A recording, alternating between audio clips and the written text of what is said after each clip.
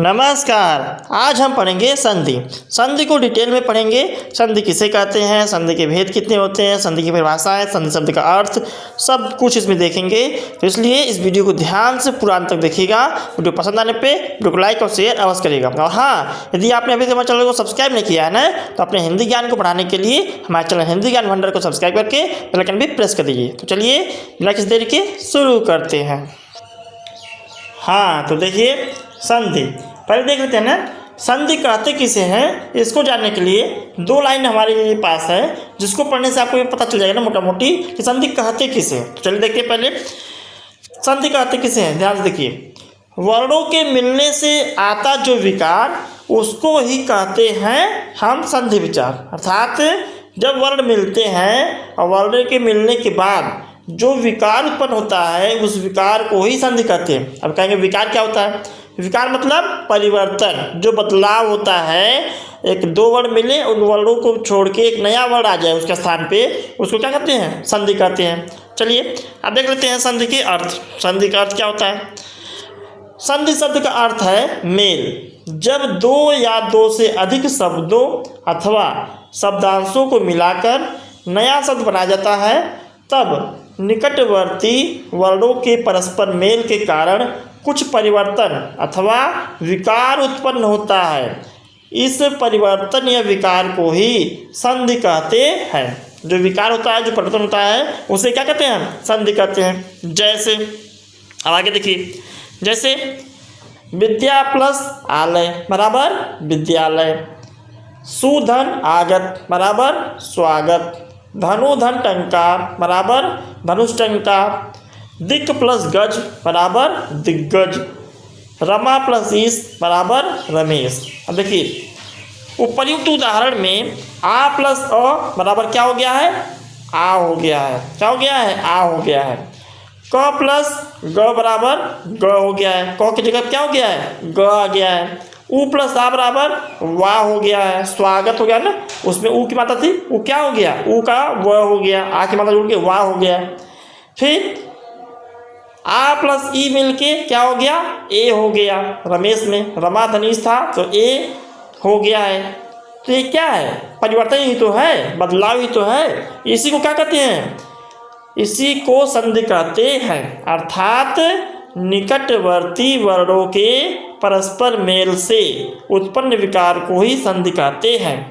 ठीक है। चलिए अब हम संधि की परिभाषा देख लेते हैं विभिन्न विद्वानों के अनुसार कि संधि की परिभाषा में उन्होंने क्या दिया है। सबसे पहले हम देखते हैं कामता प्रसाद गुरु के अनुसार ये क्या कहते हैं।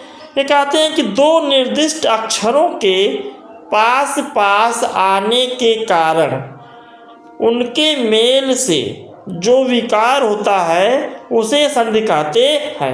अर्थात जब दो अक्षर पास आ जाते हैं, पास आके मिल जाते हैं और मिलने पर उन अक्षरों में कुछ बदलाव देखने को मिलता है, एक नया अक्षर देखने को मिलता है, उसी को हम क्या कहते हैं, संधि कहते हैं।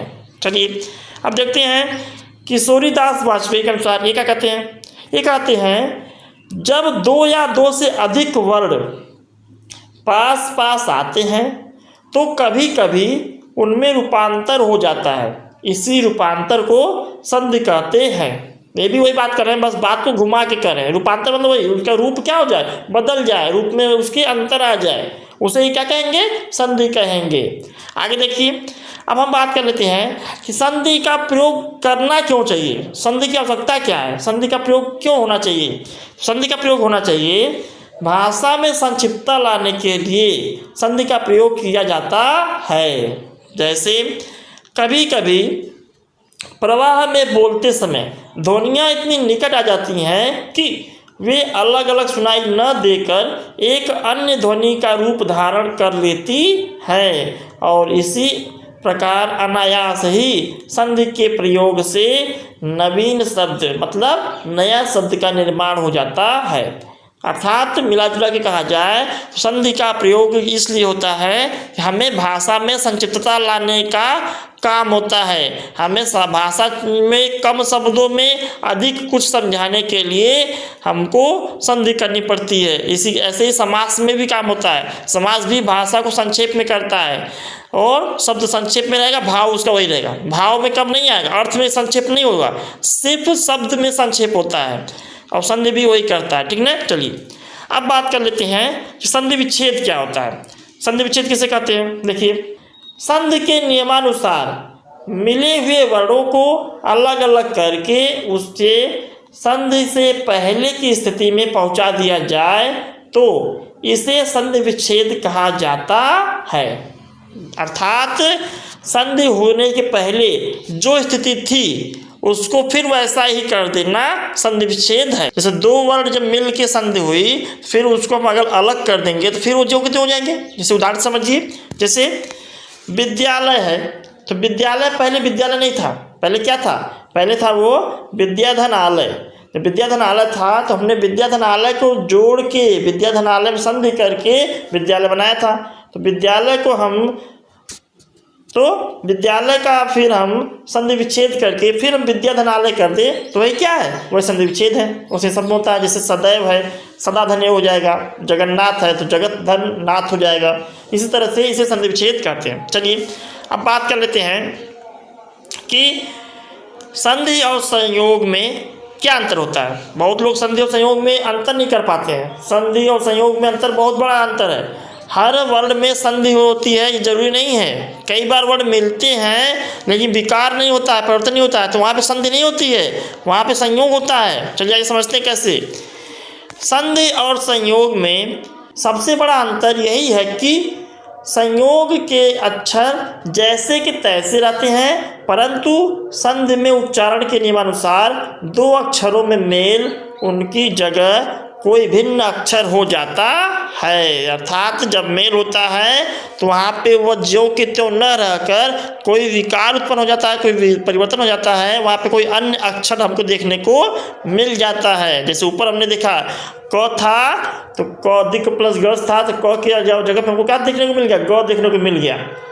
ऊ था, ऊ की जगह पर हमको वह देखने को मिल गया था, मिला नहीं मिला था, शुद्ध अनागत में स्वागत में। उसी तरह से रमा धनीस था, आ था तो वहाँ पे हमें क्या देखने को मिल गया, आ था तो हमको वहाँ पे ए देखने को मिल गया। तो ये होता है संधि। और संयोग क्या होता है, संयोग में वर्णों का मेल होता है। संधि में भी वर्णों का मेल होता है, संयोग में भी वर्णों का मेल होता है, लेकिन उसमें परिवर्तन नहीं होता है, किंतु संधि के कारण वर्णों में परिवर्तन हो जाता है। अब चलिए इसको कुछ उदाहरण से समझते हैं। उदाहरण क्या है, देखिए संयोग मधुर प्लस ता, जब मधुर में ता जुड़ गया तो क्या बन गया, मधुरता बन गया। मधुर में और ता में कोई परिवर्तन नहीं हुआ, मधुर भी ज्यों का त्यों है, ता जो के त्यों, बस जुड़ के मधुरता बन गया है। उसमें कुछ ध्वनि में न परिवर्तन हुआ है न उसके अक्षरों का परिवर्तन हुआ है, ज्यों का त्यों पड़ा हुआ है। सज्जन प्लस ता बराबर सज्जनता, अब सज्जनता में भी कोई परिवर्तन नहीं हुआ। व्यक्तित्व बनने के पहले व्यक्ति प्लस तो जुड़ा, व्यक्तित्व बन गया, इसमें भी कोई परिवर्तन नहीं हुआ। ठीक क्या है, ये सब संयोग के उदाहरण है, इसमें परिवर्तन नहीं हो रहा है। अब बात कर लेते हैं संधि कैसे होती है। शिव प्लस आलय बराबर क्या हो गया, शिवालय हो गया। अब शिवालय में शिव में अ था, आलय में अ था, तो अ प्लस आ मिलके हमको क्या देखने को मिल गया, आ, एक नया अक्षर देखने को मिल गया, आ। एक अ का यहाँ पे लोप हो गया, शिव का अ क्या हो गया, गायब।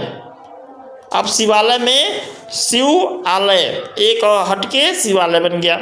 महाधनर्पण वही हुआ है, महार्पण बन गया। सतधन जन, अब तो है यहाँ पे तो का विकार होके ज हो गया है, क्या हो गया, ज हो गया। सत प्लस जन मतलब क्या हो गया, सज्जन हो गया। तो था सत में, सज्जन में ज आ गया, तो का परिवर्तन किस में हो गया, ज में हो गया, विकार हुआ नहीं हुआ, इसी को संधि कहते हैं। चलिए अब बात कर लेते हैं संधि के प्रकार। संधि के प्रकार कितने होते हैं। हिंदी में ऐसे शब्द बहुत कम हैं जिनमें संधि के कारण परिवर्तन होते हैं, इसलिए हिंदी शब्दों की संधि के सर्वमान्य नियम स्थिर नहीं हुए, किंतु संस्कृत में संधि का महत्वपूर्ण स्थान है। अतः हिंदी में संस्कृत से लिए गए शब्दों के प्रयोग को देखा जा सकता है। इस कारण संस्कृत में संधि के नियमों को ही अपनाया जाता है। संस्कृत में संधि 3 प्रकार की होती है, वही संधियाँ हमारे हिंदी में भी प्रयोग की जाती हैं। कौन कौन सी? पहला स्वर संधि, दूसरा व्यंजन संधि, तीसरा विसर्ग संधि। अब इस संधि में भी भेद के भी भेद होते हैं। अब आगे देखिए, जैसे संधि है, संधि के 3 भेद, पहला स्वर, दूसरा व्यंजन, तीसरा विसर्ग। स्वर संधि क्या होगा? जहाँ पे स्वर के साथ स्वर मिलेंगे वहाँ पे स्वर संधि। व्यंजन संधि क्या होगा? व्यंजन संधि में स्वर के साथ व्यंजन भी मिल सकता है, व्यंजन के साथ स्वर मिल सकता है, या व्यंजन के साथ व्यंजन भी मिल सकता है। 3 स्थितियां बन सकती हैं, या स्वर व्यंजन मिल के विकार होगा, या व्यंजन स्वर मिल के विकार होगा, या व्यंजन व्यंजन मिल के विकार होगा, तो वहाँ पे व्यंजन संधि होगी। विसर्ग में क्या होगा? विसर्ग में स्वर मिल के विकार हो सकता है, या विसर्ग में व्यंजन मिल के विकार हो सकता है, लेकिन विसर्ग मिल के विकार नहीं हो सकता है।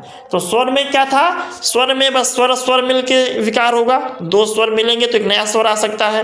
और व्यंजन में स्वर व्यंजन मिल के दूसरा अक्षर आ सकता है, या व्यंजन स्वर मिल के दूसरा अक्षर आ सकता है, या व्यंजन व्यंजन मिल के एक अन्य व्यंजन आ सकता है। विसर्ग में विसर्ग के बाद मतलब प्लस के पहले विसर्ग आए बाद में स्वर आ सकता है, या प्लस के पहले विसर्ग आए बाद में व्यंजन आ सकता है। एक जगह विसर्ग रहेगा ही रहेगा, प्रथम पद के अंतिम अक्षर में आपको विसर्ग देखने को मिलेगा ही मिलेगा। चलिए अब देख लेते हैं कि स्वर संधि के भी भेद होते हैं। स्वर संधि के भी 5 भेद होते हैं। कौन कौन से? पहला होता है दीर्घ संधि, दूसरा गुण संधि, तीसरा वृद्धि संधि, चौथा यड़ संधि और 5वां अयाधि संधि। ये 5 संधियाँ स्वर संधि के उदाहरण है। अब इस वीडियो में बस इतना ही, वीडियो बहुत लंबी हो जाएगी नहीं तो अगर पूरा पढ़ने लगेंगे तो। अब आगे की चीज़ को हम अगली वीडियो में कवर करेंगे। अब आगे हम क्या पढ़ेंगे? अगली वीडियो में हम संधि के जो भेद हैं सभी भेदों को अलग अलग विस्तार से पढ़ेंगे कि दीर्घ संधि किसे कहते हैं, यड़ संधि किसे कहते हैं, गुण संधि किसे कहते हैं, उसका उदाहरण क्या होगा, उसका नियम क्या होगा, सब अगली वीडियो में हम कवर करेंगे। तो आई होप आपको वीडियो अच्छी लगी होगी। यदि वीडियो अच्छी लगी है तो वीडियो को लाइक करें और अपने मित्रों से शेयर भी करें। क्यों? क्योंकि ज्ञान बांटने से ज्ञान बढ़ता है। और हमारे हिंदी रिलेटेड वीडियो पाने के लिए हमारे चैनल हिंदी ज्ञान भंडार को सब्सक्राइब करके बेल आइकन भी प्रेस कर दीजिए। तो चलिए मिलते हैं नए वीडियो में नए टॉपिक के साथ, तब तक के लिए धन्यवाद।